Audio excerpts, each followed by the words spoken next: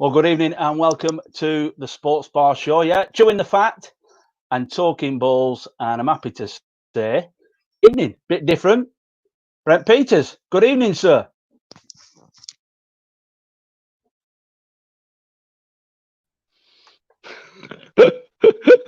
There you go, Steve. Good evening, Brent. Let's try again. Good evening.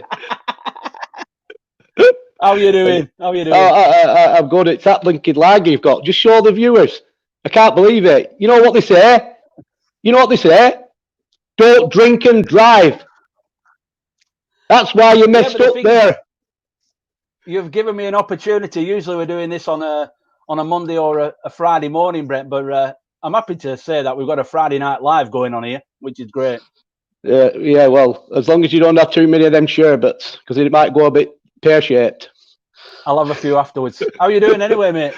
Yeah, I'm good. Yeah. I'm all the better for our guest being on tonight. We've got a great guest, and I'm all the better for speaking to you. Brilliant. What about the week? What kind of week you had? Because it's been hilarious. We had some information through the grapevine. We're talking about this information about how we can get clubs from step 3 to step 7 back playing. We've had this information. Do you know what? I am more convinced now than I've ever been that the Football Association or whoever is making these kind of decisions are so detached from the game. It's frightening. Seriously, this is serious. But you know what? You can't see it now. They've quickly taken it off because somebody must have pointed it out to them. Because one of the criteria that they brought in was that, put it this way, before I tell you what one of the criteria that they brought in was, or still is, but they've whipped it now down off the statement. They wanted all lads, seriously, they've got to go to the grounds in the tracksuit. Well, we go to lads do that throughout the league. Yeah. They travel in tracksuits, not a problem. But they're trying to encourage going on a bike. Seriously, have you ever heard anything as absolute trash as going on a bike? I'll tell you now, we're in tomorrow with my lads. I'm just going to tell them they've got to get the bikes out, and we might as well start pedalling now to Cleatormore, because we'll probably just about get there for next season kicking off. Seriously, I'm not joking. That's one of the criteria. It's madness. Who's come up with this? Who's come up with this idea? Well, is it the culture in sport or whatever it is? The culture in sport. They're saying that they've put it back to the FA, and they're trying to get us back playing, which we're all happy about. We want to get back playing, of course we do. Yeah. When it's safe to do so, right? Let's get that right, because it isn't safe yet. There were spikes appearing in Darwin today and varying other places around here. If it starts in Bacup, I said on the other show, didn't I, the other night, we know exactly where the spike started in Bacup, where that club that did a trial run. Yeah, that play with a bat a ball somewhere, don't they? I can't stop laughing over that, honestly. But seriously, joking apart, I am not kidding you. They've brought in that we've got to encourage players wherever possible to travel on a bike. Now, have you seen where we've got to go in the North West Counties League? There's some pedalling there, isn't there? Certainly get them fit, but they'll be not fit for blinking football when they get there. I remember many moons ago when England played Albania, their leading goal scorer turned up to the game riding a bicycle. Well, yeah, maybe if you live close to the ground, but blimey, absolutely scandalous. They're out of touch. And now we've got to do, this is another one that we've got to do, put the onus back on the clubs. Brilliant. Yeah, put the onus back. We've now got to, every club has got to come up with a strategy, and it's got to go on our website. How are you going to trying to prevent, put restrictions in to prevent COVID, getting COVID, right? This is kind of what they said all clubs have got to do. So we've got to sit down now. So the onus is on the clubs, and we've got to put kind of restrictions in. Kind of restrictions, hear me out. Yeah, just hear me out here. Kind of restrictions.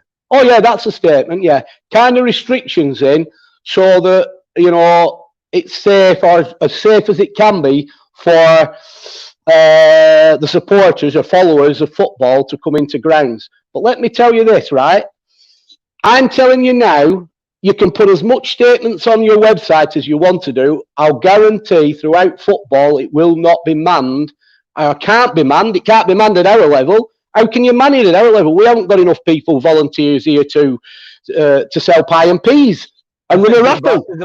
It's about 4 of us on match day. That's it. Are we going to start sorting social distancing out in the stands and stuff like that? So you can put what you want on a website. I've decided, and I spoke to our league secretary this morning, Mr. John Deal. I've told him what's going to go on mine.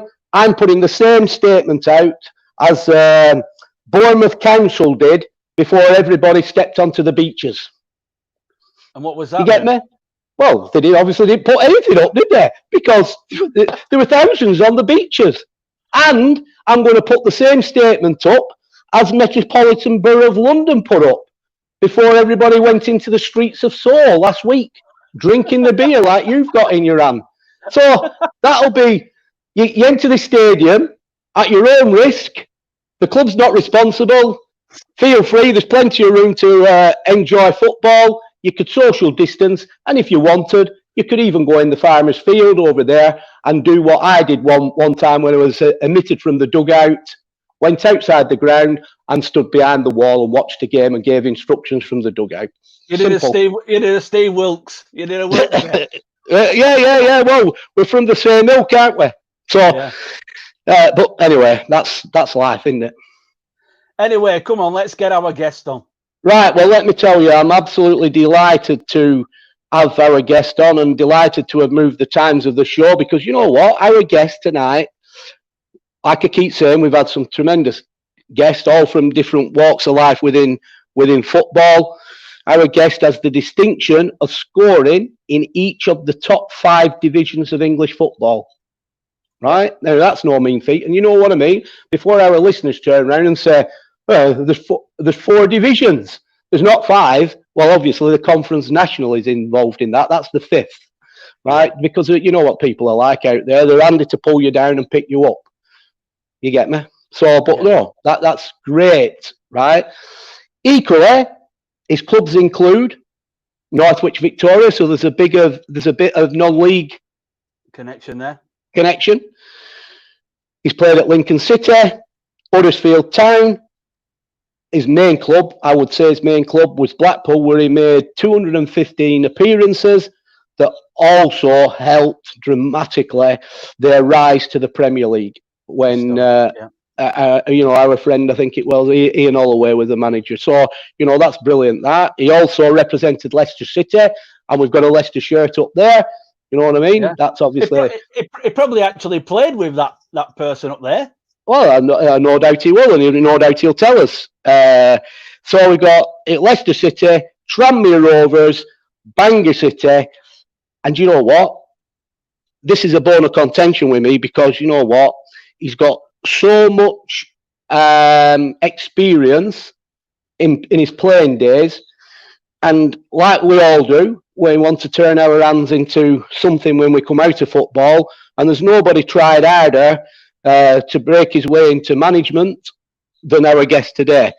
Unfortunately, which can always happen, it happened with me at Glossop, you can make the wrong decision. And when you make the wrong decision, and I don't mean anything ill about Glossop, because at that time, as we know, they had an infamous chairman that kind of presented us with all sweetness, lightness and roses. And it ended up on Crime Watch. And it ended up on Crime Watch. So you know what I mean. So I feel for our guest because it kind of I won't say it's gone to that extreme, but it certainly knocked his managerial career at the beginning of his career, and that can be fraught with a problem. And no doubt we'll talk about that a bit more later on. But would you welcome? He's a top guy, top player, top striker. He was a top striker. He probably still is. I'd still have him tomorrow if he signed for me. He'd sort me out up front anyway. So would you welcome Gary Taylor-Fletcher? Brilliant. Absolutely brilliant. Good evening, Gary. Yeah, great intro.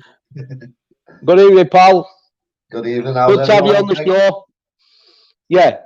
I don't know whether you want to ask Steve before we get on to enlighten me on what I was trying to say there about. Yeah, go on. We usually start, we start chronologically, start at the beginning, but we'll just start, Brent, with what you was getting onto there regarding having them opportunities in management and maybe sometimes making wrong decisions or right decisions. What were you saying there? Let me just explain. I think it's a good time to start because, on the back of an appointment in the Football League with Borough yesterday with David Dunn, right? And we wish David Dunn all the very best in his starting of his managerial career, where he's taken a club on his own, if you will. I know he's been in court, he's been an assistant manager, and he's been a coach, but now he's got to he'll sink or swim on his own as a club manager. But the problem is, and when we hear people saying about good managers and bad managers, it's a load of rubbish, is that, in my eyes? Let me tell you, every manager out there that knows football, that's gone into football, I would say that majority of managers, in all fairness, are good managers, because that's what the line they've taken, that's the line that they want, and I believe that they're good managers. Some are more experienced than others. That doesn't mean that they're a bad manager. We've seen it before. We've seen it at clubs let's take the Manchester United situation. Before Ollie got the job at Manchester United, all the idiots that are on social media were trying to ridicule Ollie because he had failures at Cardiff City. They almost got relegated. What you've got to remember here, right, is that you're only as good, and this is where I come in with our guest tonight, you're only as good as the club that you're at, and the chairman and committee, chief executive, provide you with the ammunition or the tools to do the job, right? If they don't give you the backing that you would hope to have the backing, then you're going to fail. It doesn't matter what level you're in, you're going to fail. Now, it's proving a point a little bit, because Man United all of a sudden are pulling themselves around. Ollie's been in there, he's been in the job, and he's pulled himself around. He's had to work hard at wheeling a few people out, and then he's had to work hard at getting the people in. But he's got the backing of a great club that's got the finances. And now Manchester United are reaping the kind of rewards with that, because that's proving that Ollie can do the job. He's a good manager. Right? Now, equally, if we go to Gary, right, he'll tell you more about it. I'm only on the outside. But he goes to Bangor, and he was doing a fantastic job at Bangor.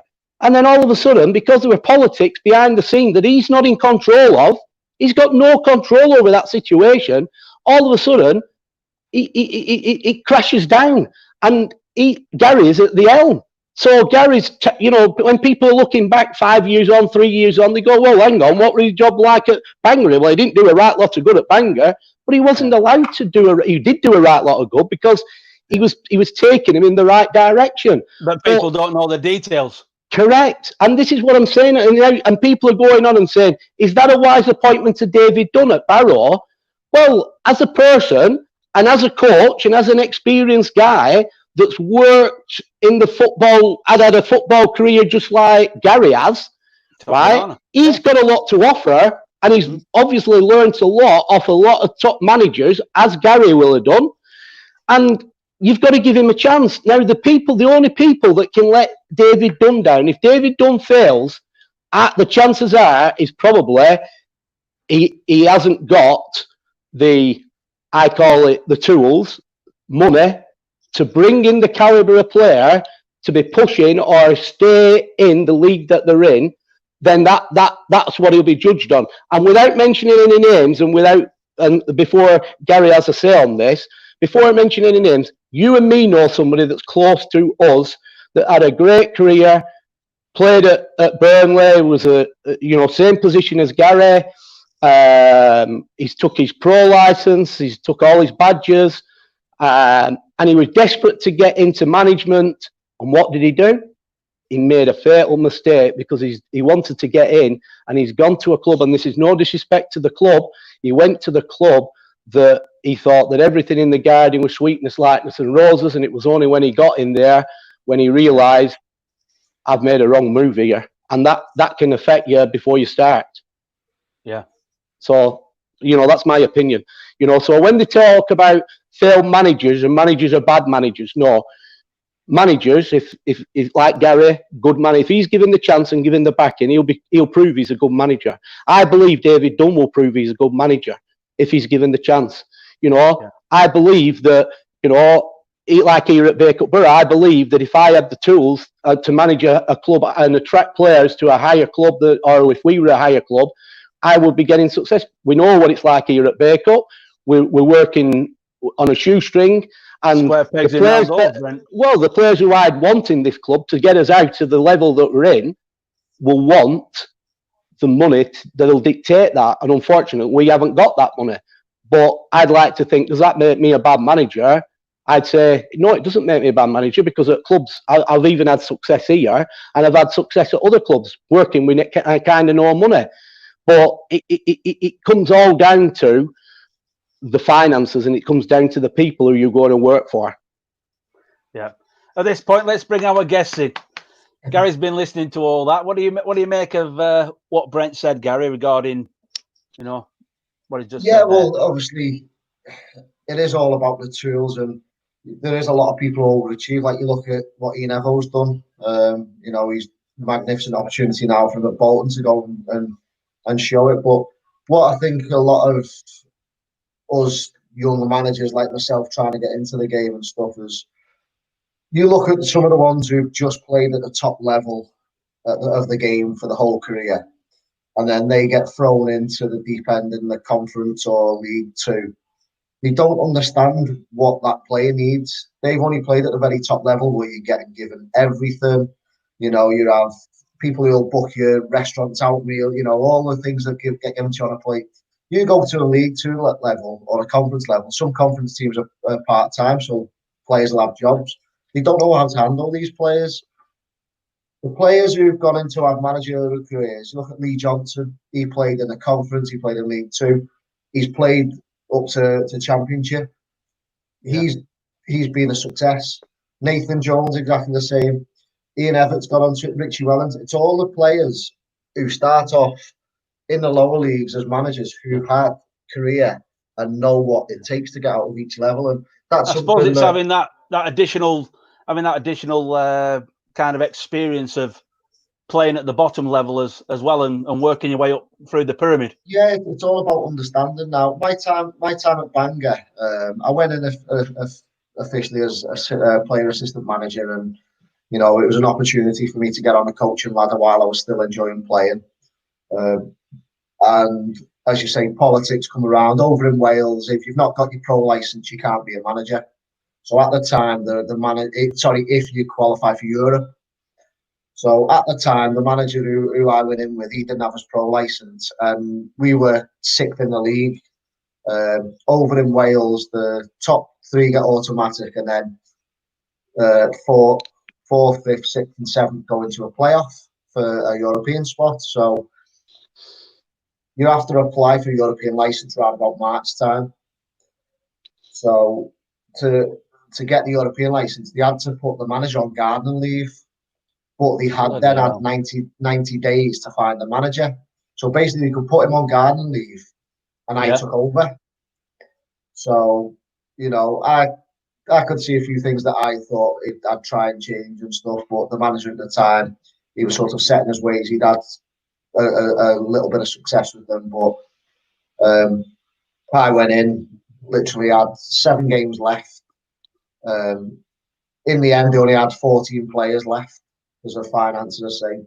As Brent said, coming towards the end of the season, finances were getting a little bit tight, so we had to release a few players. So literally, we had 14, I'd say, first team players, and then we had sort of like 4 or 5 kids who hadn't played for the first team yet, which you had to sort of introduce. So going in, 7 games left, we ended up finishing 4th, getting into the playoffs, and won the spot in Europe. We won the playoff final, qualified for Europe. So with the politics, the chairman was like, listen, I somehow need to get you as manager. obviously you've not got your pro license. We'll try and get you on your pro license through the Welsh FA. So applied for my pro license. At that time, I was still down as caretaker manager, and it was the English FA. They wouldn't allow me on the pro license because my position didn't warrant getting on the pro license, because at that time I was only an assistant manager or a caretaker manager. Now, if I was given the role full time, they would have put me on it, but I couldn't get the role full time until I was actually on the course. So it was a sort of hit and miss where they wouldn't see, right, he's going to get the manager's job, we need to get him on it. They wanted me to be appointed first, but Bangor couldn't until I was on a pro license. They couldn't appoint me as manager. So it was frustrating time. So in the end, what we had to do was find someone who was willing to come in on paper being manager. Yeah. But they were coming in as my assistant. And luckily for me, I got Kevin Nicholson, one of the youngest pro license holders in England. And he was unbelievable. He was a really good coach, really good with the younger players. You could tell that from what he'd done at Cardiff and Exeter. I got introduced to him on a call. It was just one night. You said, like, we might have this person. Will you speak to him? And we ended up, we were speaking on the phone for about 4 hours till about 2 o'clock in the morning. And we just seemed to click. And he was happy coming in, knowing that, you know, I was the one who had all the decisions. I was sorting out all the transfers, the team shape and everything. His role was coaching as well, but sort of the match day, the substitutions and stuff, because obviously I'd be playing. So we hit it off really well and we had a really good understanding. That following year, we finished fourth. We were, I think, 41 points behind TNS come the end of the season. The following year, when me and him were in the role, we finished second. We qualified automatically for Europe. We finished 11 points behind TNS on probably half the budget they were on. So we closed the gap magnificently. It was the record amount of points Bangor had had for about 10 years. The most wins, the most goals, everything was improvement. Massive improvement. And it was the second to last game of the season. Obviously, you have to do all the European license and everything again. And because of a few abnormalities in finances and things like that, we actually got they refused even the domestic license, not let alone the European license. So it meant basically at the end of the season, Bangor were getting relegated, demoted. We lost out Europe. And the money that would have brought into Bangor was sort of £600,000-700,000, which for a club like that was a hell of a lot of money. Massive. I'm fully certain that the year after we would have gone on and challenged and probably knocked TNS off the perch, because the players we were getting, a lot of their players liked what I was doing and what we were about, and a few of their players wanted to come to us, and you know we were geared to go and win the league and play for the Champions League.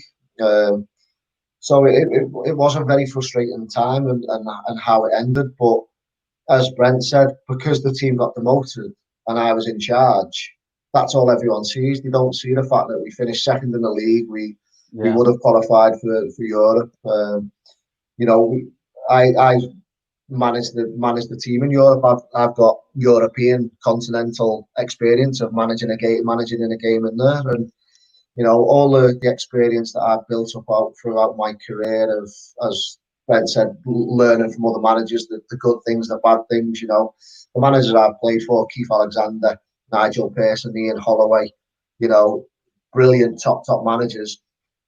As every manager, they all have the strengths and weaknesses. And what I tried to do was take a lot of the strengths and try and build my own sort of philosophy. And, you know, at Bangor, it fully worked. And it was just very frustrating because I could see where it was going for myself, where it was going for Bangor, and just them last few little bits was just like a kick in the teeth, really. You mentioned Keith Alexander. I want to come on to him because he was fantastic with you, wasn't he, Gary? Not just at Northwich, but later on at Lincoln City. You had a good relationship with Keith. Yeah, it was, you know, unbelievable. Such high respect, and it's down to him that I have had the career that I've had. I remember he come into Northwich. I played a few games for the first team, but I was only literally just turned 17 when he come in, and he changed my career. He was unbelievable at Norwich. I think I went on a run and scored 18 goals in 18 games. Got me moved to Leyton Orient, and that was me in the professional game. But unfortunately, it didn't work out at Leyton Orient, and for some unknown reason, disagreements with the manager. His words to me on his first day when the manager got appointed was, "Why I don't know why we've paid £120,000 for you." Because all my under-18s players, because he was the under-18s manager before he got appointed, all my under-18s players are better than you, and you won't play for this club ever again. And I was like, right, okay, well, I've got 2.5 years left on my contract, so what are you going to do about that? You know? Yeah, because I'm going to say, Gary, we're the under-18s. It were Paul Brush, wasn't it, who took over from? Was it Tommy Turner at the? Tommy Taylor, yeah, Tommy Taylor, and he took over, and he kind of pushed you out straight away to Dagenham and Redbridge and Grays Athletic. Never really give you a chance, really. No, as I say, I dropped down, and as Brent was saying before, I've scored in the top 5. I've actually scored for Grays Athletic in the one below as well, so the top 6 is. I think it was the Isthmian League or whatever it was back then in 2000, the one below the conference. But yeah, as soon as he come in, he made his feelings clear that, you know, I wasn't the player that he wanted, and I'd only been at the club for 2 months. And the one thing that really got to me was, even in all the reserve games, I was scoring loads of goals, standing out. In training, he used to get me to demonstrate to the younger ones, like, how to do things, because he couldn't fathom that by that time I'd already played 70, 80 games in the conference against grown men, and I knew how to use my body, I knew how to hold people off, and he couldn't fathom the fact that I could do that. They might have been better technically at me at that time, but my game intelligence and what I'd built up, the experience of getting kick lumps out of, and that, you know, that was why I could handle it better. But he just couldn't see it. And as I say, in the 3 years, I think I only played 21 games. So, you know, that was a very frustrating time. But I remember the last pre-season in my 3rd year, absolutely flying, playing every pre-season game, scoring all the time. And his words to me were, right, let's water under the bridge. You're gonna play for me this year. I can see what you've put your head down, you've worked hard. And then the day before the very first game, the striker that they brought in had been injured all pre-season, declared himself fit on the Friday, hadn't trained with the first team or anything. And then the very first game of the season, I'm out in the squad and he's in. So I'd seen enough. I went and seen Barry Hearn and told him that I wanted to leave. And, you know, I've got a year left on my contract. He's going to have to sort something out. After that, the day after, Keith Alexander was right on the phone. I was on the phone to him, and he was begging me to come down to Lincoln, and I went in to see Barry. Ended up getting paid off. Voted Leyton Orient's worst ever player. You know, from fans and stuff, and it was just an unbelievable time. But, you know, it was such a relief to go to a manager who knows what you're about, has actually got confidence and faith in you, and that's when I really kicked on and took off at Lincoln. Because I was listening to an interview that you did last year. I think it could have been last year, and it was, you went up to Lincoln and, you know, you asked Keith, what do you want from me? And Keith said, just give me what you were giving me at Northwich. Simple as that. Yeah, well, it was one of them. They played a similar way to we play at Northwich, but the one thing that everyone says about Lincoln at that time was, oh, it's such a long ball team. But the players we had, you know, some of the goals in the football we played, we did get it up into the opposition half. You know, centre halves would go up for goal kicks or for long throws. But it was all a case of, right, get it in their half, and then some of the football we played was unbelievable. Yeah. But I remember after four games I hadn't scored, and Keith called me into the office and he was like, you know, what would happen if you were at Leyton Orient now and you hadn't scored in 4 games? I said, well, after 2 I would have been shipped out on loan again. Yeah. And his words were, not for me. He said, you've been our best player, our most important player, and as long as you keep the work rate up, you will be the first name on my team sheet every week. And after that, I think I went on and scored 4 in the next 4 games. So it was just having someone who had that confidence and belief in you. It can work wonders, if you have that relationship with the manager. Is that what it really is for you? I know I'm going to bring Brent in. Is it having that manager at the side of you who believes in your ability and wants you to go out there and do it week in, week out? Is that what it is for you, Gary? Yeah, it was as I say, it was frustrating. I'd played at Leyton Orient. I'd played 2 games, and if he hadn't scored after 60 minutes, I knew, right, I'm getting took off. No matter how well I was playing, I'm coming off. Yeah, the board were coming up. Yeah, the board were coming up. At Lincoln, I never got took off once. As I say, Keith was just unbelievable with me, and I think also having that, obviously, the little bit of a relationship from Northwich and knowing how well I'd done for him, and that was a big thing. And for me to go on, I think I ended the first year with, it was, I think, 19 goals, Player of the Year from the fans, and won all the awards and everything. And unfortunately, we missed out on the playoffs. We got beaten in the semi-final by Peter Jackson's Huddersfield team, who I knew Peter for a while. He actually tried to sign me 6 months after I signed for Lincoln. Yeah. I'd done really well, and in the January window, he put an offer in for me. But at that time, after what had happened at Leyton Orient, I just wanted to stay where I was and get a full year of playing football under a manager that I knew believed in me.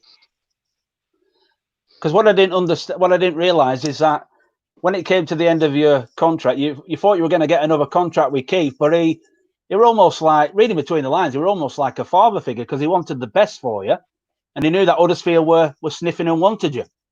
Yeah, as I say, the relationship me and Keith had, he knew that for Northwich I'd give everything for him, and the club turned down. What I didn't know at the time was they turned down a £50,000 offer from Stoke.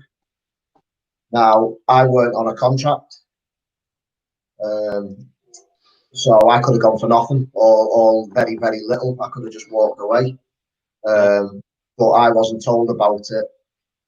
And then about the next night, the chairman's turned up at my house. Want to get you signed up. I was obviously a 17-year-old lad. He had an envelope full of money. Was like, right, here's your signing on fee. This is what I'm going to pay you. Sign this contract. I was like, right, okay, happy days. Yeah, sign the contract. And then it was only the day later, Keith rang me up and said, listen, Stoke want you. If anything happens, you don't sign anything. And I was like, already too late. You could have told me that yesterday. But that was sort of what happened. And, that was Keith all along. He wanted his players who do well for him to go and improve and get the best career he could have. And he tried to do that for me at Northwich, but it didn't happen. And as you say, at Lincoln, he knew that whatever he offered me, I would have signed in that after that second season. But he was pretty adamant that, I was going on to bigger and better things. And at the time, I was unknown to anything that was happening. But 2 days later, I had a call from, as I say, Peter Jackson and Gary Johnson, two, great managers in Yeovil and Huddersfield, and I had to take the choice. So, yeah, it was down to Keith that I did actually make that step up. Yeah, and of course, moving to Huddersfield, you had a decent time at Huddersfield, but, trying to knock, was it Andy Booth off his perch, Mr. Huddersfield is quite difficult. Yeah, well, at the time, obviously, I'd been in League Two. You had Pavel Abbott, I think he scored 31 goals. Season before in League One. You had Andy Booth and Junior Mendes, who they'd spent 100 grand on. So it was 3 good quality strikers. What I thought was I was something totally different to them. I was that player who'd drop a little bit deeper and could link the midfield and strikers up. But for me, after what happened down at London, there was no way I was moving down to Yeovil. I didn't want to go down south away from friends and family and stuff, and Huddersfield was a little bit closer to home away. So there was only one choice really, but also the fact that Peter Jackson, when I was younger at Northwich, he was my agent who got me moved to Leyton Orient. So as I say, them relationships that you have with people, he knew what I was about. He knew, I had the trust in him that, I'm going to go there, and as long as I do what I can, I'll get chances. So that was a big thing of going there. Yeah. And then I was talking to Brent this afternoon. It seems almost like destiny that you're going to Blackpool, because there was a relative of yours on a coaching, doing his coaching badges with Simon Grayson at the time, I believe. Yeah, well, I say I had 2 great years at Huddersfield, and the first year joint top scorer. You know, and most of the games I played in midfield in the end. But that was sort of when my versatility was shown. As you say, I couldn't knock them front 3 out of the striking positions, but what I did do is I showed my versatility and played most of the games on the wing. In my second season, I even played probably about 10 games as a sitting midfielder in a diamond, you know, just because I think the intelligence I had, the Peter thought, right, yeah, he can play that position, and that was one of the things. But yeah, how it came about with Blackpool was, I think they tried to sign me on loan towards the end of the season when they went up from League One, beat Yeovil in the playoff final. They tried to sign me on loan, but Huddersfield at the time were adamant I was going nowhere.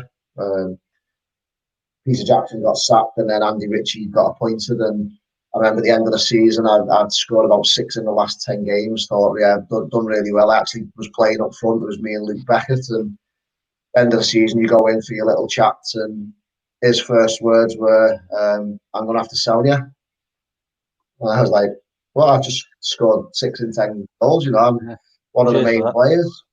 He was like, "Yeah, but I've been told any funds I want is going to have to come from player sales. So, as Brent's saying, you're only up to what your board can say." So he thought he's probably the only player that we can sell and get any money for. So, you know, let's cash in. And at the time, I was adamant I was going nowhere. You know, I just signed a 3-year contract. I was going nowhere. And about a week later, I was on my best mate's wedding, and his stepdad come and we were chatting. He was like, "Oh, I was on the A license with Simon Grayson yesterday, and you know, he likes you. You know, he was trying to sign you apparently last season." And I was just like, "Right, get him on the phone. I've been told that they don't want me. If I can go to Blackpool, another step up again. You know, every 2 years going from League Two to League One, 2 years. If I could get to Blackpool, you know, I'd jump at it." So, and closer to home as well. Yeah, closer to home. So he was on the A license with Simon the day after. Rang me up, right? He's gonna speak to you tomorrow. So I was on a golf day at Huddersfield Town Golf Day and got paired with Andy Ritchie. I was like, "Oh God!" Perfect. So obviously, getting the buggy. That was the only good thing, was the manager. The Huddersfield, all the other players had to walk with the things, but the manager had a buggy. So I was in the buggy with him, and we shot off, and kept saying to me, have you thought about, you know, moving on and that? And I was like, well, started playing on it a little bit. I said, well, if I can get a move to a championship team or something closer to home, then, you know, I'd go for it. So about half an hour later, my phone rang, and it was Simon Grayson. So I had to sort of try and hide it, disappear a little bit. I had a chat with Simon, and he was like, "I'm going to put an offer in today." I was like, "Right, well, could be a bit awkward because I'm actually on a golf day sat with Andy Ritchie." He was like, "Right, we're going to have to play this properly." So they put the offer in. About half an hour later, Andy's come up to me. You know, "We've just had an offer for you. It's from a championship club closer to home. Will you go?" And I was like, "Oh, obviously it depends who it is." So you're acting dumb at this point. I'm acting dumb, yeah. I'm just acting as if, you know, I haven't got a clue. And as I say, after that, all went smoothly. I knew obviously what was going to happen at Blackpool. Well, say it went smoothly. Obviously, I had to deal with Carl Oyston, who was the chairman back then. But it was all meant to be. You know, as you say, things happen for a reason, and you know, I would never have found out of that if me mate's stepdad wasn't on a coaching course with Simon. Yeah, because I know they were offering you an extra 50 quid at the start because you met at the Tickle Trout and you're at Preston. Yeah, they didn't turn up. Yeah, the chairman never turned up. Simon did, and you know, I could tell the embarrassment that he as soon as he said it, and knew, you know, and he thought, right, yeah, obviously we'll go into that and then we'll start negotiating. But he couldn't get hold of the chairman. The chairman never turned up, so we couldn't negotiate anything at that time, you know, because he didn't have a clue what he could go to or what he could offer. So in the end, at first, you know, right, well, I'm gonna have to refuse that and go back to Huddersfield. So.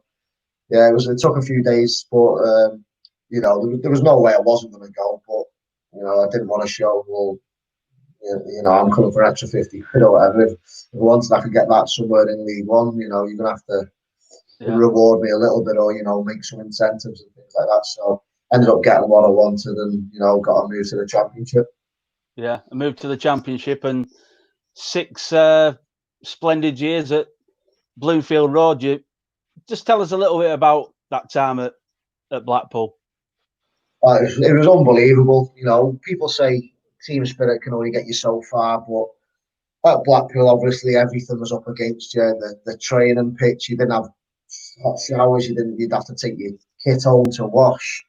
All the little things that probably when I was at other clubs like Huddersfield, you'd take for granted.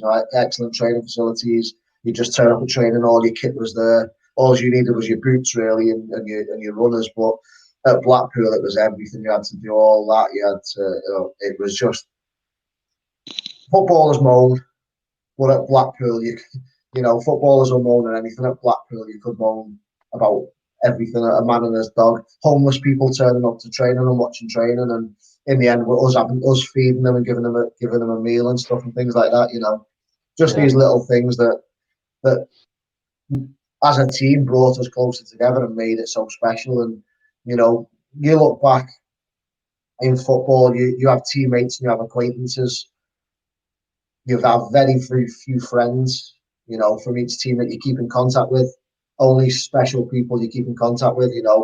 At Leyton Orient, there's probably only 2 people that I still speak to. At Huddersfield, there's probably only 1. At Blackpool, probably 15 to 20 of the lads there I'd speak to, and you'd meet up and it'd just be exactly the same as it was back then. It was a special time, and for me personally, it couldn't have gone any better. Because from the outside looking in, it was all about team bonding, especially with Simon Grayson, but more so probably with Ian Holloway when he came in. It was all about the team, wasn't it? A togetherness. Yeah, everything was about the team. If you weren't willing to do it for the team, then you were quickly found out and shown the door. But with Ian Holloway, it wasn't the managers that was doing it. He gave the players responsibility to say, right, this is what we're about. If you don't buy into it, you'll quickly get seen off. And that was the belief he had in the players and that squad that we had. And everyone says, Ian Holloway come in and done an absolute magnificent job, and he did. But what a lot of people don't realise was the actual squad that we had. We had some very, very good players who probably the year before wasn't quite shown or given a way of playing that warranted the quality that he had. And Ollie come in, gave us a way of playing, a way of going attacking, and it suited every one of them players. And I'd like to think that we were as good for him as he was for us, really, because we built it. We built it up. We bought into what he wanted, and it was an unbelievable time. But it just seemed his mindset, his philosophy. I was listening to an interview this afternoon that you did with the Seasiders. I think it was a few months back, and on that, the fact that you're coming to training, expecting to train, and you probably spend the entire morning where Ian would just sit you down and have a chat with you. Well, yeah, his meetings would go on for 2-3 hours, but what would he talk about? Well, it starts off by talking about, so an example, right? Our back four wasn't as good as, and wasn't a unit on Saturday, and then all of a sudden he'd start talking about the Roman army, and he'd give you a big story on the Roman army about how they'd be a unit. One would be stood there with his shield, while another one comes with his sword over the top, and then he'd move forward, and he'd go on and tell so many stories about all these other different things, and then all of a sudden he'd come back to what happened on Saturday with the back four, or the front four in between. Yeah, and it all made sense. It all interlink and makes sense. And I think one of the main things was you never knew what he was going to say. So a lot of footballers, 10, 15 minutes to switched off, you're watching something. With him, he'd have you hooked for whether it was an hour, 2 hours. He's got you in his hand. Yeah, because he'd just be that unorthodox in the way he done it, or the way he went on to things. And animated as well. Yeah. You know, there was one he was talking about how he's seen Blackpool as if you can imagine a vase and you've smashed it on the floor, and he'd pick up the pieces and he'd glue it back together until it was a whole again. And you know, he was like that. That was a metaphor for what he wants to do for Blackpool and for us and things like that. And you know, it's just unbelievable. You know, because he used to talk about his chickens and making his chicken pens when he lived near Pendle. Yeah, there's chickens. I think probably one from your neck of the woods, Brett Over on. He said his quote to Brett was, you know, if I can get me chickens to do this, I can get you to do it. You know, because Brett isn't the brainiest. You know, he hasn't got the best intellect, but he knew with Brett that if he showed him exactly what he wanted, he'd give him it. And you know, that's just man management, as you say. You know, you're talking about training. He'd turn up and he'd sense the mood, and he'd be like, right, we're not training today. We'll go in the pub. You know, we'll go for a swim, and then we'll just go to the pub and have some dinner together. You know, or we'd go to the cafe and he'd buy everyone a sausage and bacon bam or something and do that. And then instead of training, you just watch half an hour of a game. He'd talk a little bit and then, right, see you tomorrow. You know, he could sense what was needed each day from the players. But that's a gift, isn't it, Gary? Being able to sense that vibration and frequency amongst your squad and know exactly what needs to be done. Yeah, but it's going back to my point of doing a bit of it in Holloway. It's going back to my point. He played at all the levels. He knew what players needed. He'd been a player himself, and he'd used his experience as a player and took it on, and played in the lower level. He played in the highest level. So it comes around of the experience he had. He knew what we needed as players then. You know what I mean? And that's something that, you know, the likes of myself, Ian Everett, that's something that we can generate with every level of football, not just the top level. Yeah, I'm going to bring Brent in because you had a few smiles on your face there, Brent. A few of them points that Gary was making was pretty close to home. I loved it. I really did love it because, you know, all the time, I mean, obviously, as they went up and they went into Premier League, Blackpool, you know, as we see all the time with the managers, when you're in the Premier League, your managers are on a lot. And Ian Holloway were on TV a lot doing interviews. And he had me in hysterics listening to him. I was glued to the TV because I wanted to know what were coming next because, he were kind of a, you know, he knew what he was doing. He was astute with what he was doing, but he was also an entertainer. So like a guru.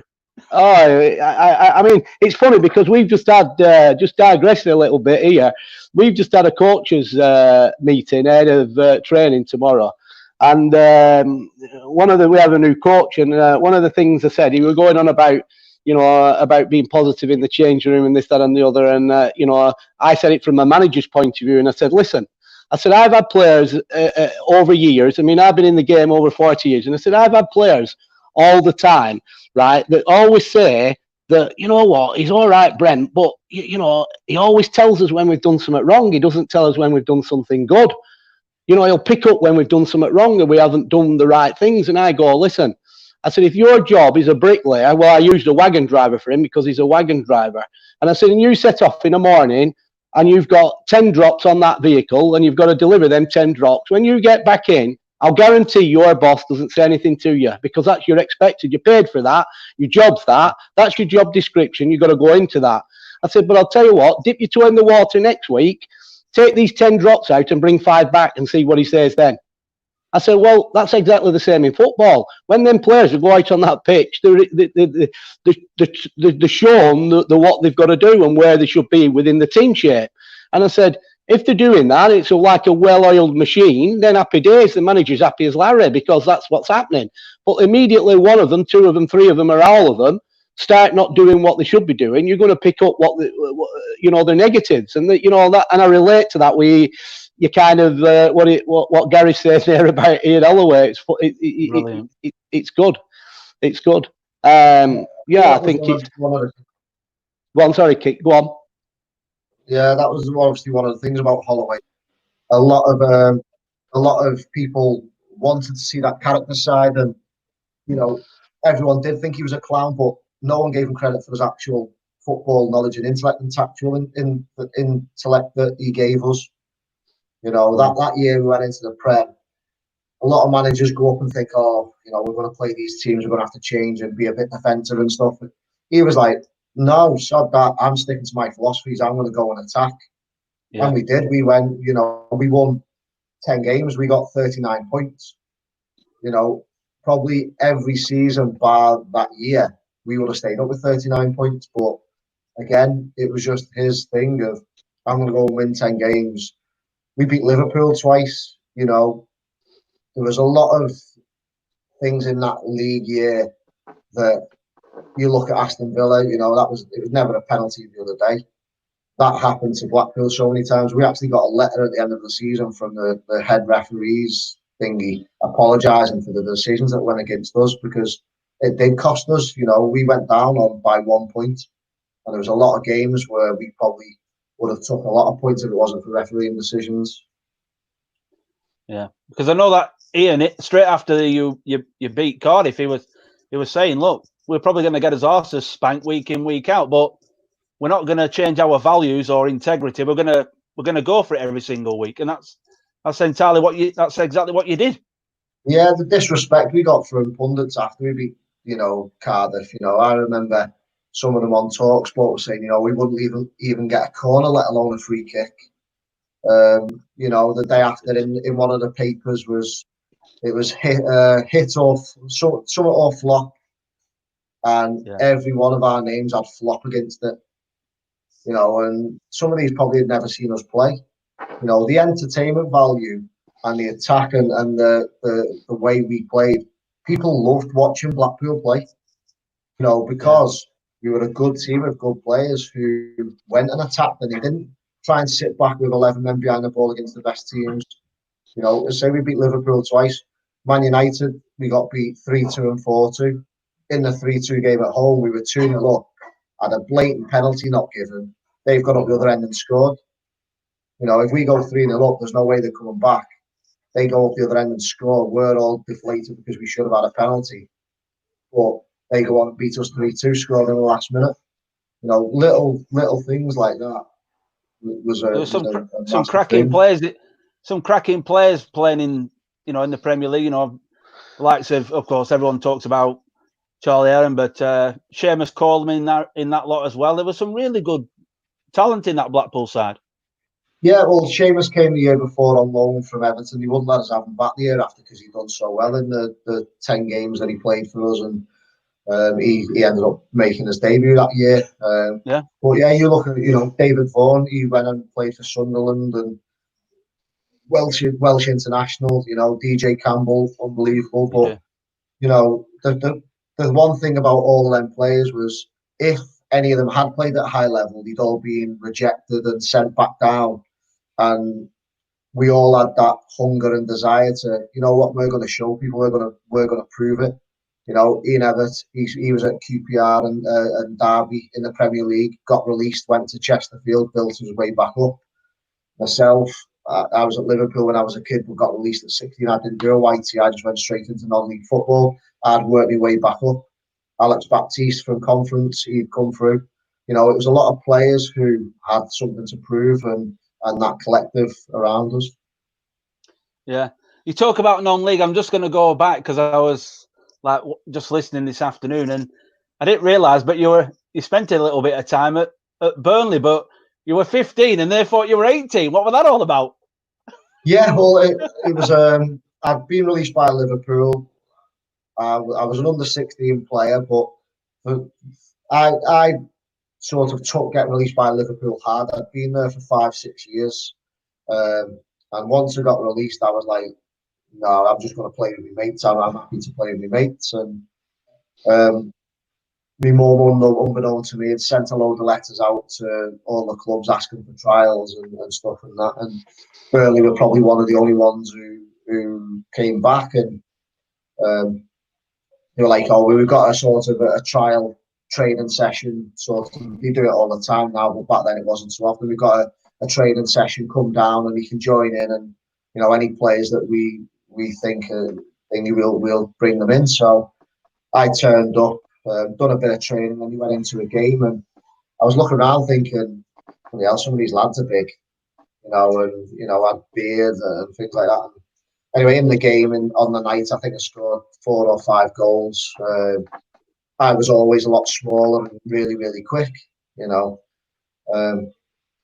Anyway, after that night, come back. We want you to come and train with us, unbelievable. So went into training again, thinking, bloody hell, this is a lot of training. I've never had this at under 16s at Liverpool or the under 15s and that.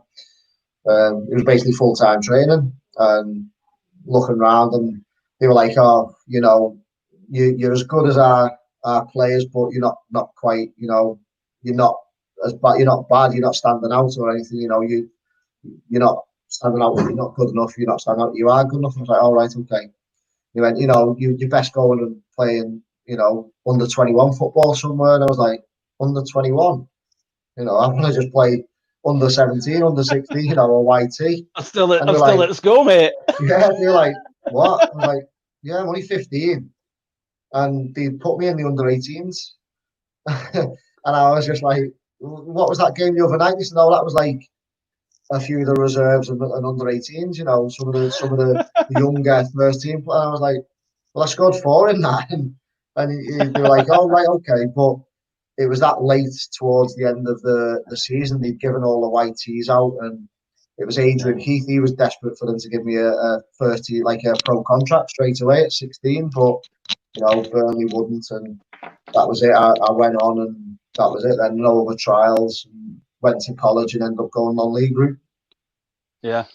We'll move on now from Blackpool, because Brent's got an affiliation with Leicester City, and after Blackpool, that's where you ended up. Which for you, going from Blackpool to Leicester, you must have been pretty happy with that move, Gary. Yeah, well, obviously, the one thing about us all getting released at Blackpool was Paul Ince come in. We were all turning, 31, 32. And his sort of philosophy was, well, I can get younger players on a lot more, the money that they're on now. So what we'll do is we'll offer them a 50% pay cut.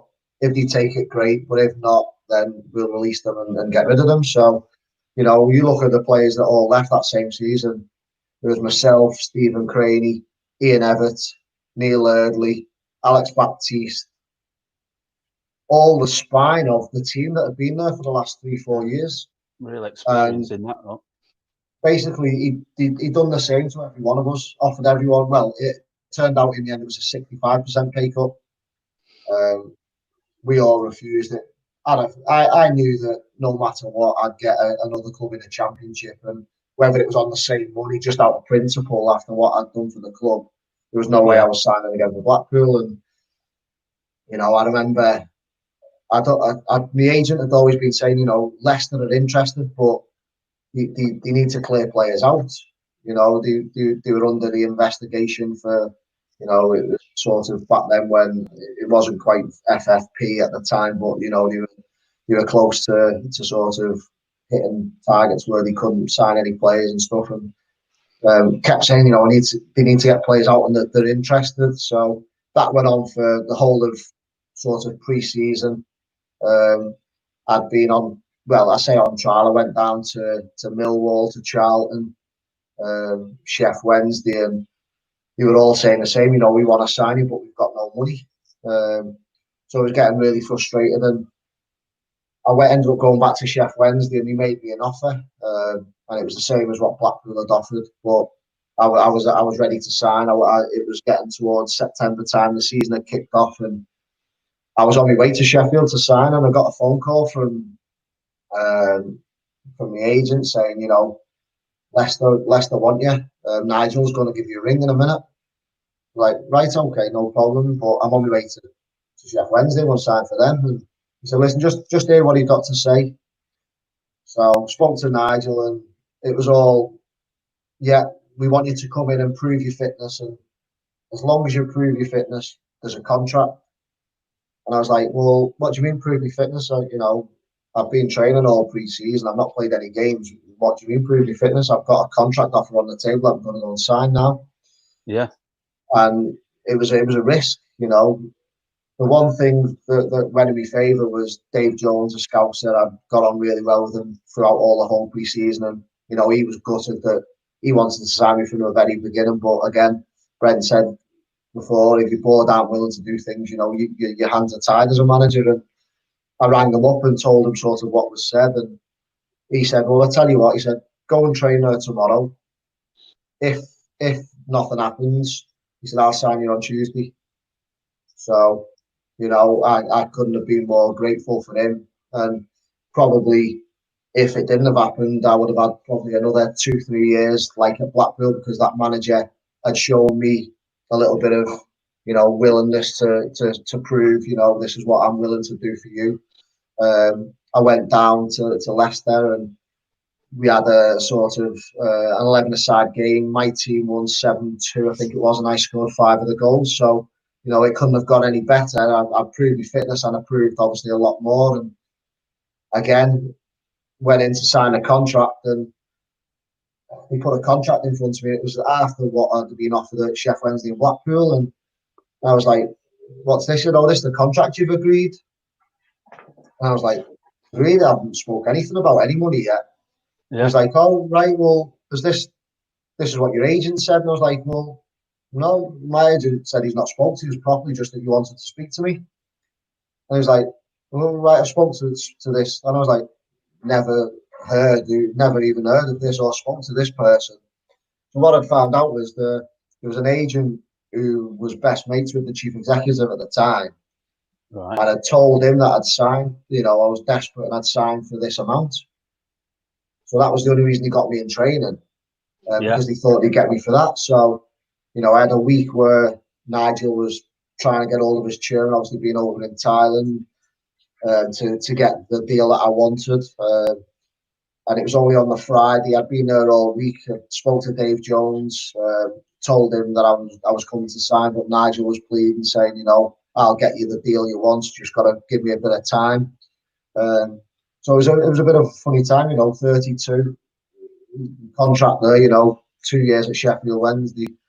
But I spoke to my missus, and she was like, "Well, you've got to do what you feel best, what you believe in." And I could tell, you know, at Leicester something special was happening, and Nigel wanted my experience to help the younger players and help them get through. You know, he told me that I wouldn't play every game, but I'd be used in every game to some extent, whether it would be using the experience when they're leading, when they need a goal. You know, he knew he could count on me from the start as a sub coming on to change games, and that was something that, you know, it was probably a little bit tougher. Probably would have played a lot more at Sheffield Wednesday, but I knew that I had a role within that squad, which was important for myself and moving on and prolonging my career. So, you know, I took the risk, and it was on the Friday. I think the one thing was they had Blackpool in on the weekend. So if it was all sorted, I was making my debut at Blackpool. But at the time, unfortunately, he was like, you know, the chairman's coming in on Monday, so it's going to be next week. You know, you're going to have to miss this game. It's going to be next week. You know, I've spoke to him, and he knows sort of where we're about. So he just wants to come over and just make sure. And on the Friday, before the game, about 11:30, 2 of the strikers went down, clashed together, and went down injured. So Nigel stormed over. Dragged me into the chief exec's office, and we sorted a deal there and then. But because I knew they were desperate, I got a little bit more than what I was asking for, because I just thought, right, I'll be a bit cheeky here. They've made me wait, so, you know, if he's desperate to get me registered for tomorrow against Blackpool, I'll push the limits a little bit and see what I can get, you know. And for me, luckily, it turned out what I wanted. Made me debut the next day as a Blackpool. Excellent. Did you really enjoy your time at Leicester while you were there? Of course, getting promotion as well in that season, didn't it, to the Premier League? Yeah, the first year, it was frustrating because I was just coming on as sub all the time. But when I'd go in to see Nigel, he'd have all the stats on the wall of like distance running training, goals or assists per minute played. And I'd be sitting there and talking, And I'd be looking, and in that first year, it worked out. I only played 9 full games. Yeah. But I had an assist or goal every 55 minutes. You know, I think it was something like 3 goals and 12 assists. Yet in games, I'd only be played 20 minutes a game here and there. So what I was doing in games was probably better than everyone else, but he just didn't have that trust in me to start a game. And that was something that was really agitating me. So I went in and seen him, and he said, "It's just your look. You don't look like a footballer." He said, when I look at you, you don't look fit." And I said, "Well, you're sat there." I said, "Look at that board of who runs the furthest in training. Look at Bloody the Chris Waddle. Chris Waddle never looked bloody fit, but look at him. I said, "Look at the under 21 games. Who's got the highest average distance run and sprints and stuff?" And he looked and he was like, "Oh, it's you." And I was like, "Well, it doesn't matter. You know, everyone's different." What I look like, it was just a mental thing that was what he thought. So in the end, the next season, the pre-season, I ended up getting another year because I played enough games. That was one thing that he was good. He was really good because he knew that if I played 21 games, I'd get another year. And in the end, I think the last 4 games I needed to play in 2 of them. And he come in and he said, "I'm going to make sure you get your extra year. You know, I'm going to make sure you get them games. You know, what you've done's been magnificent around the squad. Your experience and stuff is unbelievable." So I had a little bit of a conscious effort that, right, well, I'm going to show him in pre-season, you know, how fit I can be. And that pre-season, I was flying, playing every game, scoring goals. And after every game, he'd come and he'd be like, "Oh, listen, you don't realise that you're going to play a lot of football here. You're going to, you know, you're unbelievable. You've been unbelievable." So I had the confidence about me. And then first game of the season was Everton. And he pulled me before the game and said, "You know, I was on an hour and you were very, very nearly starting today." He said, "But you're going to have a big impact off the bench. You know, whatever happens, a striker or winger goes off, goes down, you're going on." I was like, "Right, great." So anyway, striker goes down. He, right, get stripped, go warm up, going on. So went down, warming up. And then all of a sudden, I see someone else get stripped off and he puts them on. And I was like, "Yeah, what's going on?" So went down and sat down. He said, "Oh," he said, "just we need a bit more height from set pieces, so I'm putting him on instead." Like, right, okay. So sat down. Didn't end up going on. So anyway, afterwards, he pulled me. He was like, "I know you're disappointed in that, but, you know, don't worry about it. You're going to play." So at that game, 2 centre mids got injured.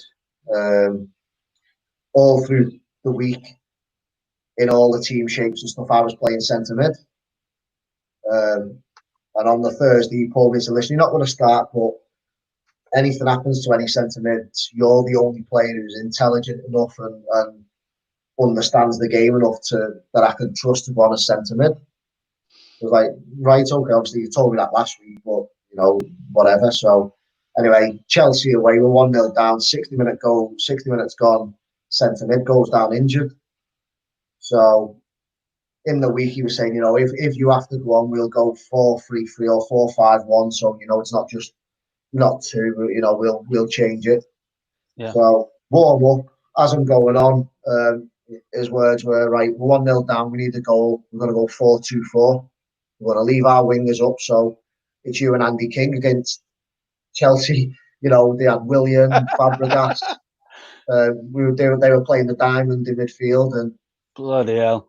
you know, went on, and I'll admit it, I touched the ball about 4 times. Didn't give it away, but I touched the ball about 4 times. But we got beat. Piggy middle. Yeah, it was just like the Red Arrows, you know. Didn't matter what me and Kingy done.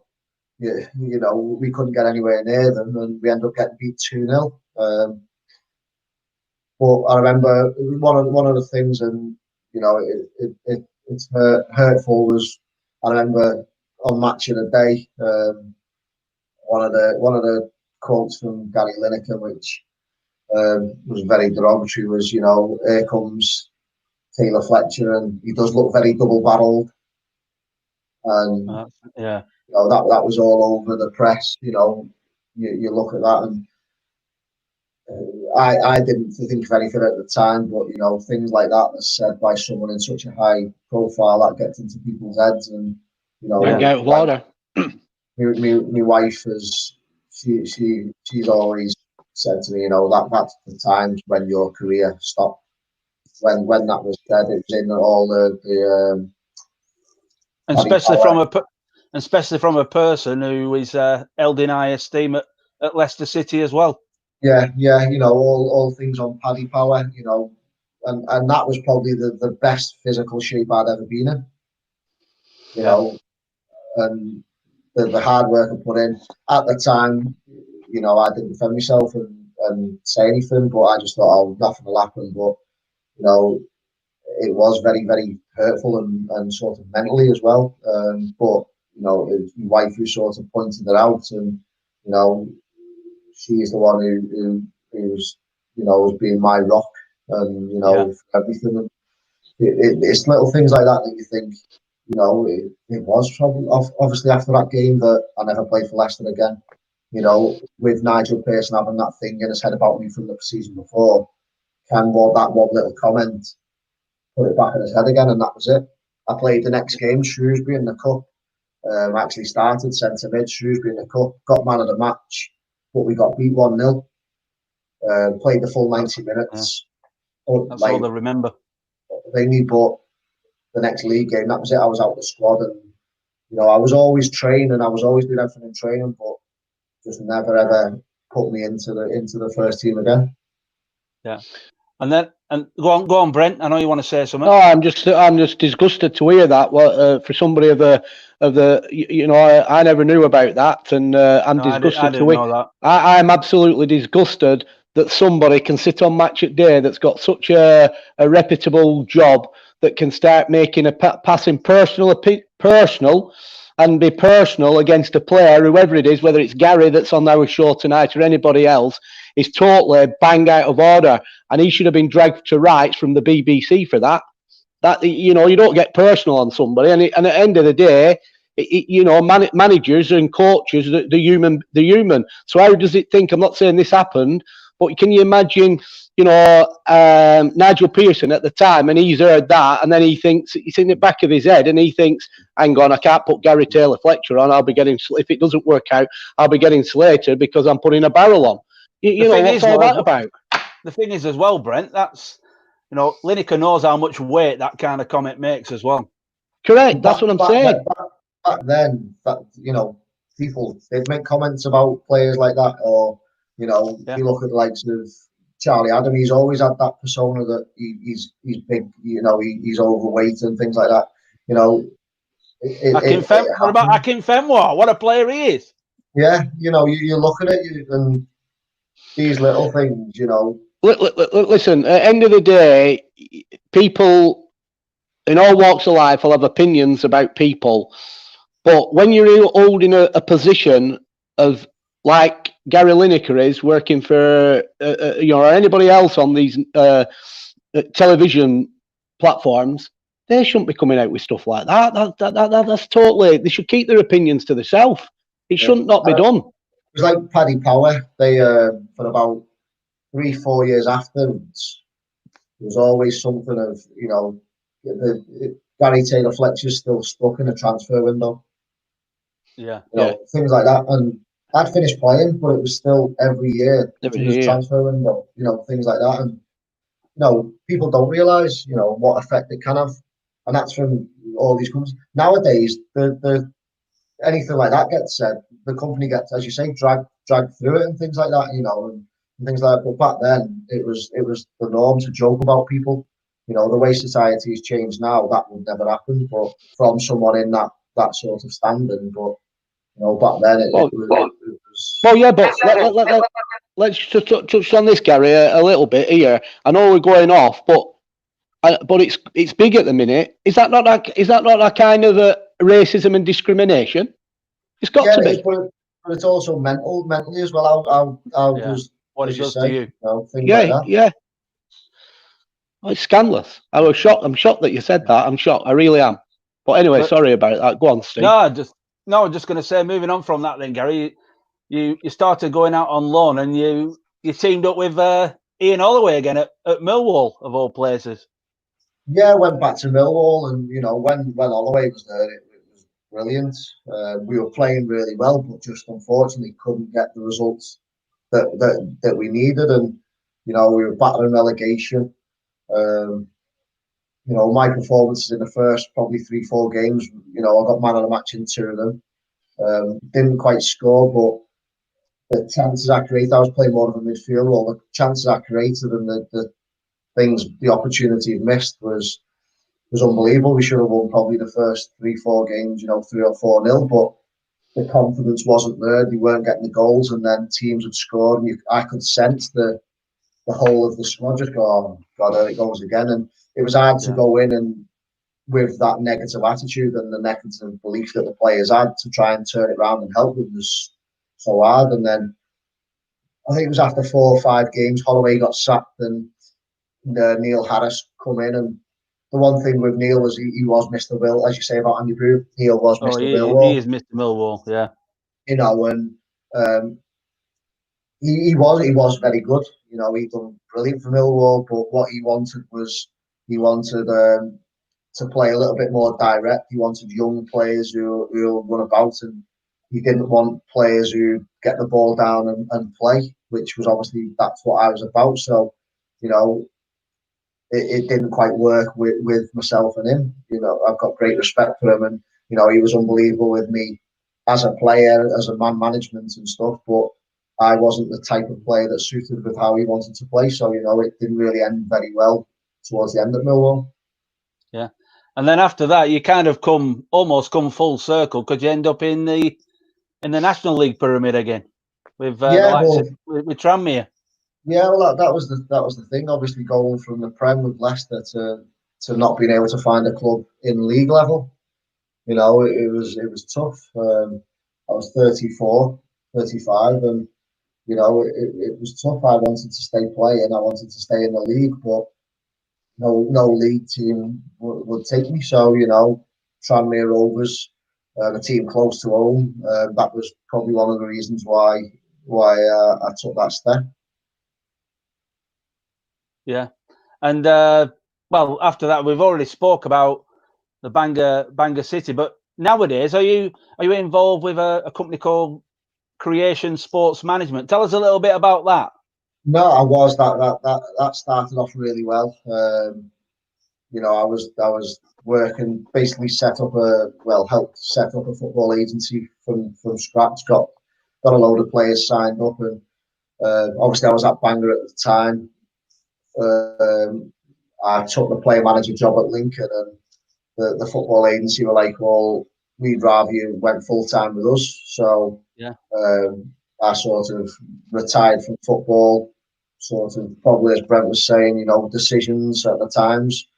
For me, I thought I'd have a little bit more of a future. I was enjoying going out scouting players, mentoring players that were on the books, and that was sort of something that I thought I'd do really well in. And unfortunately, 3-4 months later, as you say, money talks, and unfortunately, didn't have the funds for me to carry on in the role, and I'd resigned as land unknown manager. I'd made that decision to retire from football, and your whole world comes crashing down because you lose your job. So, for me personally, it was tough, but